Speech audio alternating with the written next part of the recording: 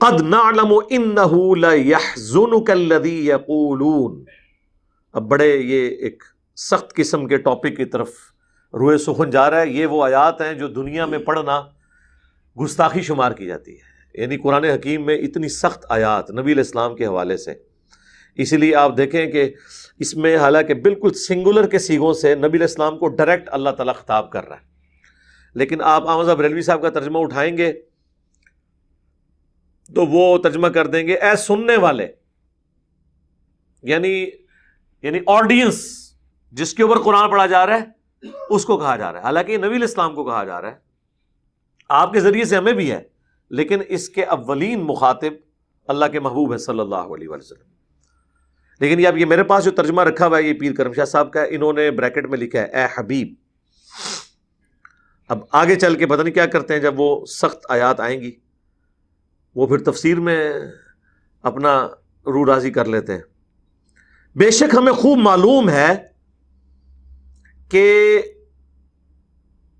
یہ جو باتیں کرتے ہیں یہ آپ کو رنجیدہ کرتی ہیں.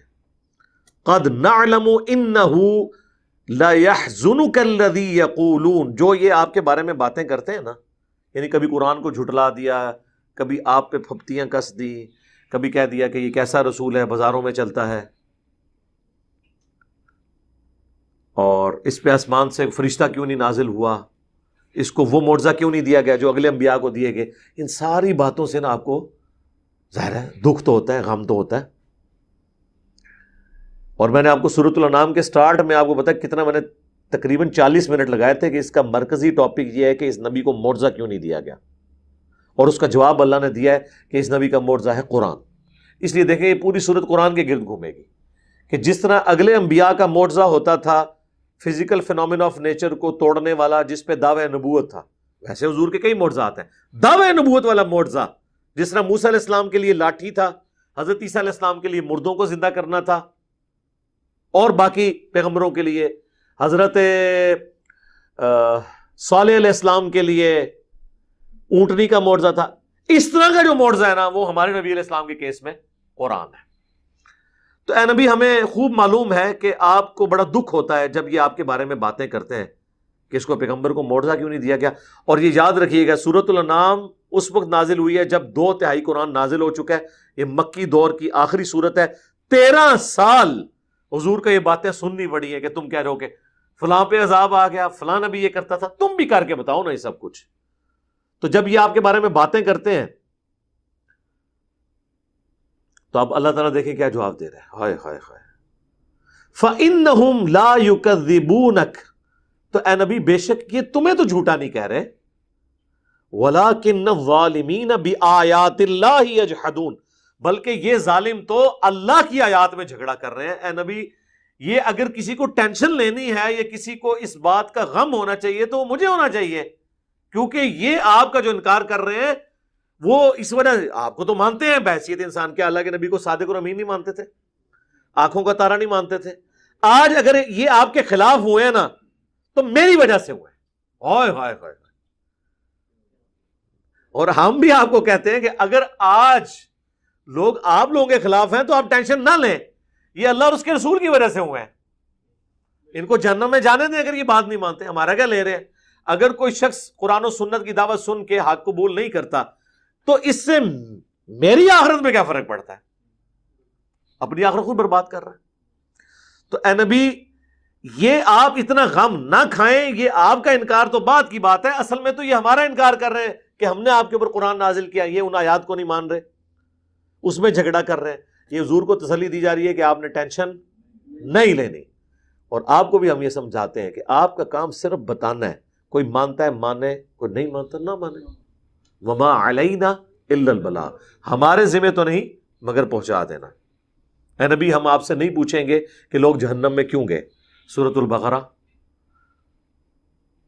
ما انزلنا علیک القرآن لتشقی، سورہ طٰہٰ، ہم نے قرآن اس لیے نازل نہیں کیا کہ آپ مشقت میں پڑ جائیں کہ لوگ بات کیوں نہیں قبول کر لیں. الا تذکرۃ لمن یخشی، قرآن تو صرف ان لوگوں کے لیے نصیحت ہے جو ڈر جائیں. جو ڈر نہیں رہے، نہ ڈر بنے ہوئے ہیں، بدماشی پہ اترے ہوئے ہیں، قرآن میں ان کے لیے کوئی ہدایت نہیں ہے. فذکر بالقرآن من یخاف وعید، اے نبی قرآن سے آپ نے اس کو نصیحت کرنی ہے جو ڈرتا ہو. یعنی اللہ کو بھی پتا ہے جو ڈرتا نہیں ہے اس پہ قرآن کو نہیں اثر ہونا. اسی لیے قرآن کے سٹارٹ میں پہلے صفحے پہ ہے ھدی للمتقین، قرآن میں ہدایت اس کے لیے جو ڈر جائے. ھدی للناس ہے پوری انسانیت کے لیے، لیکن پوری انسانیت میں بھی وہ جو جاگنا چاہیں، جو سویا ہو اس کو آپ جگا سکتے ہیں، جو آنکھیں بند کر کے لیٹا ہے وہ تو پہلے ہی جاگ رہا ہے، اس کو کوئی نہیں اٹھا سکتا. ہاں. وَلَقَدْ كُذِّبَتْ رُسُلٌ مِّن قَبْلِكَ، اے نبی آپ سے پہلے بھی رسولوں کا انکار لوگوں نے کیا. یعنی آپ کے ساتھ یہ کوئی نیا کام نہیں ہوا. جب کبھی بھی توحید کی آواز اٹھی ہے تو مخالفین یہی کچھ کرتے تھے. فَصَبَرُوا، تو آپ نے کرنا ہے صبر، ٹینشن نہیں لینی. کام کیا صبر. عَلَى مَا كُذِّبُوا، تو وہ رسول بھی صبر کیا کرتے تھے اس بات پہ کہ لوگ انہیں جھٹلایا کرتے تھے. وَأُوذُوا، اور انہیں اذیت دیا کرتے تھے. حَتَّى أَتَاهُمْ نَصْرُنَا، یہاں تک کہ ہماری مدد آ پہنچی. اب مدد آ پہنچی آپ کے نزدیک تو شاید یہ ہوگی کہ مدد آ پہنچی اور سارا نہیں کلمہ پڑھ لیا 90 لاکھ نے. 90 لاکھ نے بھائی کدے بھی نہیں کلمہ پڑھیا، نہ کسی نبی دے آتے تو نہ کسی بابے دے آتے، نہ اینی بادی سی ادو گورے ویسے ہی لتر مارن گے 90 لاکھ.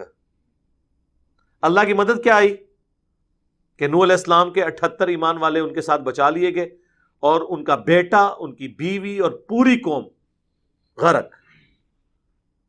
یہ مدد آئی.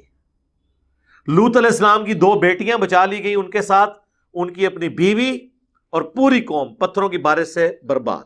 یہ مدد آئی. سر اے مدد بڑی ڈاڈی جے، اے مدد نہ لگیا ہے کہ مخالفین کچلے گئے. کلمہ نہیں کسی نے پڑھا. وَلَا مُبَدِّلَ لِكَلِمَاتِ اللَّهِ، اور اللہ کے کلمات بدلنے والے نہیں. مراد یہ کہ اللہ کی ایک سنت ہے، ایک طریقہ ہے. اللہ نے انسان کی نیچر ایسی بنائی ہے، تو جو انسان بیہیو کر رہا ہے نا، تو اگلے پیغمبروں کے کیس میں بھی جو کچھ ہوا آپ کے کیس میں بھی یہی ہوگا کہ جو لوگ قبول کریں گے وہ بچ جائیں گے، ورنہ کچھ غزوہ بدر میں مارے جائیں گے، کچھ خندق میں مارے جائیں گے، کچھ احد میں مارے جائیں گے. عذاب ان پہ آ جائے گا. لیکن میں نے شروع میں بتایا تھا اس سورت کے آغاز میں کہ نبی علیہ السلام کی 2 خصوصیات ہیں.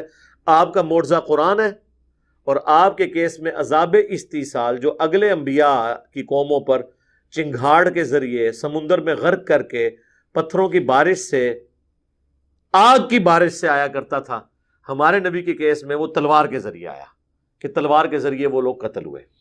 تو یہ نبی علیہ السلام کے کیس میں عذاب استیصال کی شکل بھی ڈیفرنٹ، معجزے کی شکل بھی ڈیفرنٹ.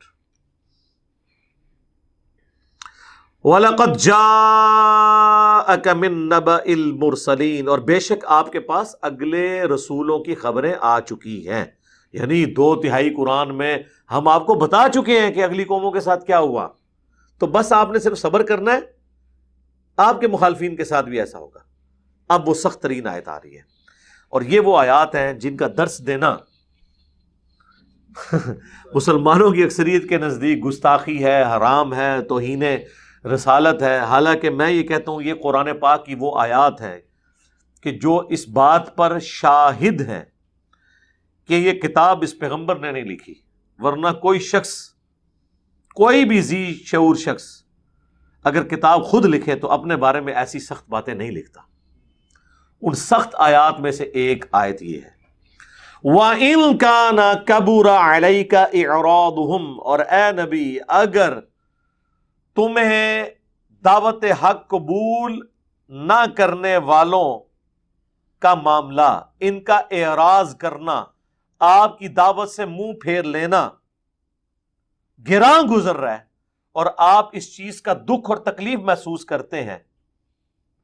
کیا محسوس کرتے ہیں؟ کہ بھئی وہ کہتے ہیں کہ یہ معجزے دکھاؤ، آج ہی ہم ایمان لے آئیں گے. یہاں بھی لوگ کہتے ہیں دکھاؤ جی کتنے لکھا ہے، دکھا بھی دو کو نہیں لے کے آتے. آئے شروع کر دیتے ہیں. تو اے نبی اگر آپ کو کہیں یہ گراں گزر رہا ہے نا کہ یہ منہ مانگے معجزے آپ کو نہیں دیے گئے، وہ سورہ بنی اسرائیل چونکہ پہلے نازل ہو چکی تھی، قرآن کی ترتیب میں آگے وہ 9 معجزے تھے جو حضور سے ڈیمانڈ کرتے تھے کہ آپ ہمارے سامنے آسمان پہ چڑھیں، چڑھنے کو بھی نہیں مانیں گے. آپ ہمارے سامنے کتاب لے کے اتریں، فرشتہ آپ کے ساتھ ہو، آپ کے لیے باغ ہو جس کے نیچے چشمے رواں ہوں، یہ سارے کام آپ کریں، پھر ہم آپ کو پیغمبر مانیں گے۔ تو اے نبی، اگر آپ کو ان کی باتوں سے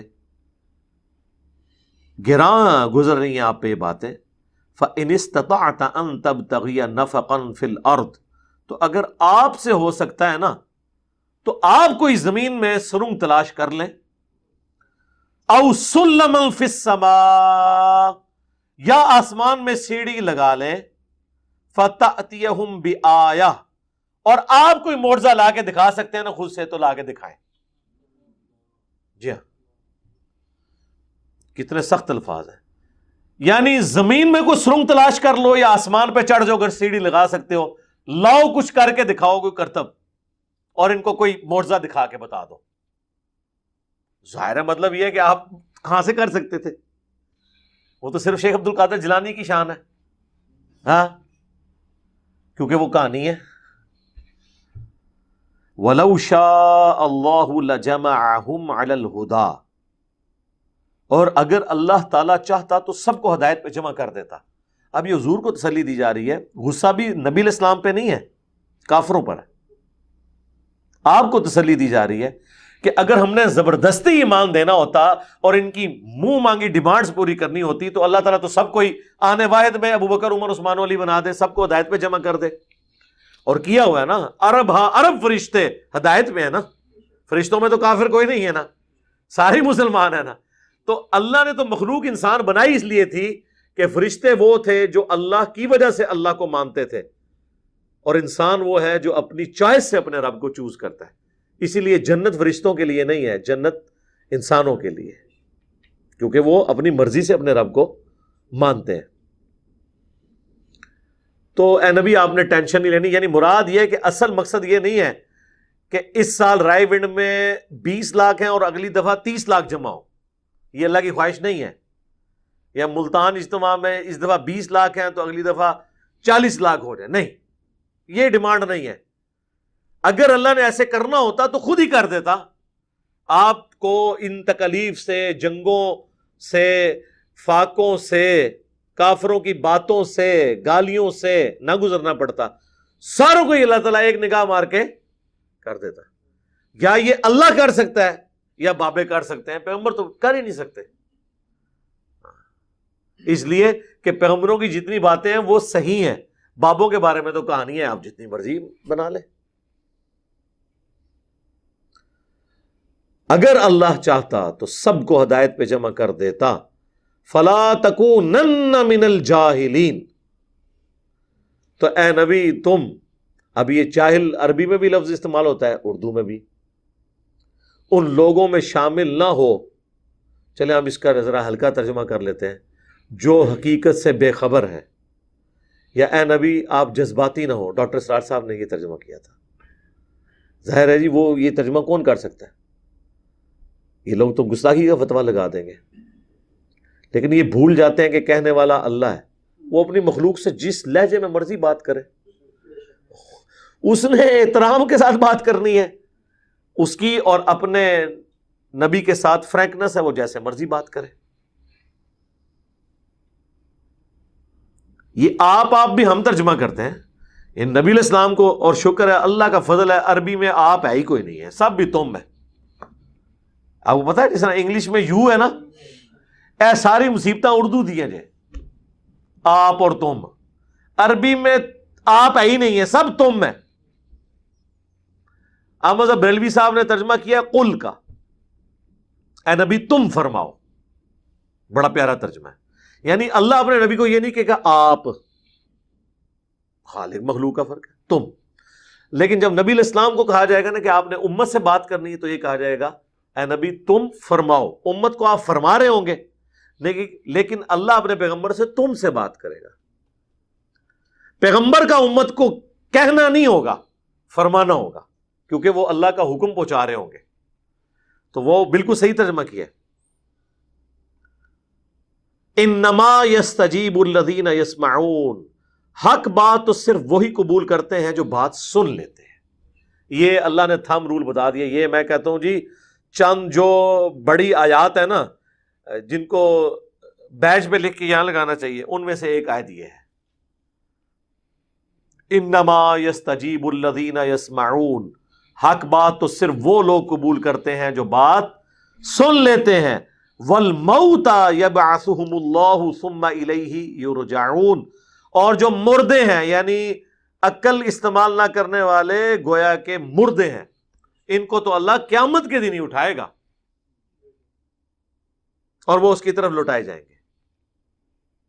اچھا، اب یہ پہلی قسط ہے، اس کی دوسری قسط سورۃ الملک میں آئی ہے کہ جب قیامت دن اٹھائے جائیں گے نا ایسے لوگ، تو وہ کیا کریں گے؟ وَقَالُوا لَوْ كُنَّا نَسْمَعُ أَوْ نَعْقِلُ مَا كُنَّا فِي أَصْحَابِ السَّعِيرِ، وہ کہیں گے کاش دنیا میں ہم نے اگر بات سن لی ہوتی اور اپنی عقل استعمال کی ہوتی تو آج ہم جہنم کی آگ میں نہ ہوتے۔ یہاں تو آیا نا کہ یہ آخرت میں جا کے اٹھیں گے، ابھی تو یہ نہیں سن رہے بات، اور سورۃ الملک میں آیا ہے کہ جب یہ آخرت میں اٹھیں گے نا تو یہی بات ریپیٹ کریں گے، کاش ہم نے دنیا میں بات سن لی ہوتی، اپنی عقل استعمال کی ہوتی۔ یار اس سے زیادہ آپ کا رب آپ پر اور مجھ پر کیا مہربان ہوگا کہ وہ آخرت کی فلم پہلے ہی چلا کے بتا رہا ہے کہ یہ ہونا ہے، بچ جاؤ۔ اچھا، پھر یہ بھی نہیں ہوگا کہ ان کا رونا پیٹنا کام آ جائے گا، وہ کہیں گے نا جب ما کننا فی اصحاب السعیر، تو اللہ طرف میں آئے گا فاعترفوا بذنبہم فسحقا لاصحاب السعیر، انہوں نے اعتراف کر لیا اپنے اصلی جرم کا، تو اب پھٹکار ہے دوزخ والوں کے لیے۔ یہ نہیں ہے کہ اب غلطی مان لی ہے تو اللہ کہ ٹھیک ہے دوبارہ چلا جائے دنیا میں پھر چنگے کام کر کے، نہیں۔ اور اللہ نے یہ بھی بتا دیا کہ سب سے بڑا جرم کون سا ہے جس کا اعتراف یہ لوگ کریں گے۔ دنیا میں تو کہہ رہے ہیں نا کہ انجینئر صاحب کی بات نہیں سننی، انجینئر صاحب کہہ رہے ہیں ساریاں دی سنو پھر میری بھی سنو، تو پتہ لگ جائے گا کون کہانی کرا رہا ہے اور کون صحیح بات کر رہا ہے۔ تو پیغمبروں کی دعوت کے ساتھ جو رسپانس ہے نا آج بھی اسی طریقے سے ہوگا جیسا کہ پیغمبر جب دنیا میں موجود ہوتے تھے اور ان کے جو مخاطبین تھے ان کے ساتھ سلوک کیا کرتے تھے۔ وہ آتا ہے سورہ حامیم السجدہ میں، وقال الذین کفروا لا تسمعوا لهذا القرآن والغوا فیہ لعلکم تغلبون، کافر کہتے ہیں جب قرآن تلاوت کیا جائے تو مت سنا کرو اور شور ڈال دیا کرو تاکہ تم غالب آ جاؤ قرآن کی دعوت کے اوپر، کیونکہ انہیں پتا تھا کہ جو بھی قرآن سنتا ہے نا وہ پھر ہم سے گیا۔ تو بہتر یہ ہے، اب نبی کو تو ہم روک نہیں سکتے قرآن بیان کرنے سے، اپنے لوگوں کو روکنے کا انداز یہ ہے کہ اتنا شور ڈال دو کہ بات ہی نہ ان تک پہنچے۔ آج بھی آپ دیکھ لیں کس طرح دعوت حق کے خلاف یہ شور ڈال دیتے ہیں، تو اس سے ہوا کیا ہے؟ نقصان ہی ہوا ہے، ان کو فائدہ تو کوئی نہیں ہوا۔ جتنا پیٹ سے آپ ڈالے آنے تھے اپنے سے مصیبت کھڑی کر لی ہے انہوں نے۔